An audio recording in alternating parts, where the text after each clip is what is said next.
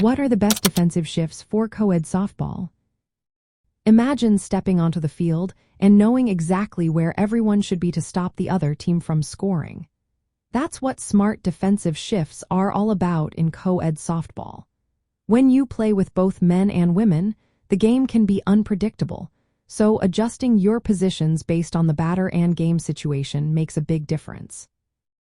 In slow-pitch co-ed softball, teams usually have 10 players on the field. There are for infielders, which include the pitcher, catcher, first baseman, and second baseman. Outfielders cover left, left center, and right. Plus, there is often a rover or short fielder who plays between the infield and outfield. This extra player helps cover large gaps that can happen with mixed-speed players.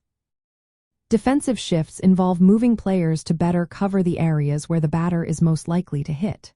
For example, if a batter tends to pull the ball to the left side, you might move your infielders and outfielders toward left field. If the batter hits up the middle often, you can bring the infield closer to the bases to cut off ground balls. These shifts are usually subtle but can be very effective.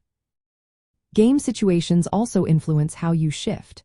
If there is a runner on third with less than 2 outs, the infield might play in to prevent a runner from scoring on a grounder. If there are no runners, the infield can play back to cover more ground. When a team has a power hitter, you might play your rover deeper and have your outfielders position themselves to catch long fly balls. For contact hitters who tend to hit bloopers, moving the rover in and outfielders shallow can help cut off those soft hits. Player skills matter too. Stronger defensive players are often placed at shortstop, first base, and center field because they handle the most action. Less experienced players might be stationed in right field or second base where there's less pressure. Some leagues also have rules about how male and female players are positioned, which can influence how you shift your defense. One common shift is the 5-man infield. If a batter is known for pulling the ball, you can bring the rover into the infield, creating a 5th infielder. This helps turn double plays and stop hard-hit grounders. If a batter hits to one side consistently, shift your outfielders closer to that side and play shallower.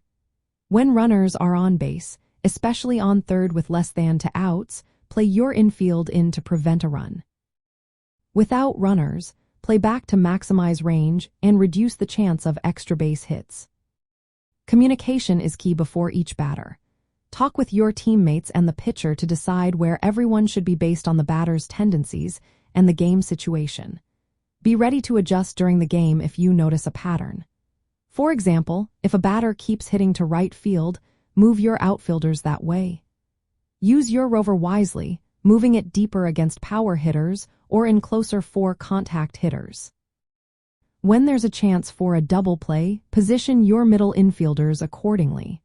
The second baseman covers the bag, and the shortstop acts as the pivot. Outfielders should also back up throws to the bases, especially on plays to first or third. In the end, the best defensive shifts are those that adapt to who's at bat, the game situation, and your team's strengths. Being flexible, communicating well, and positioning smartly can help your team stop more runs and make the game more fun for everyone.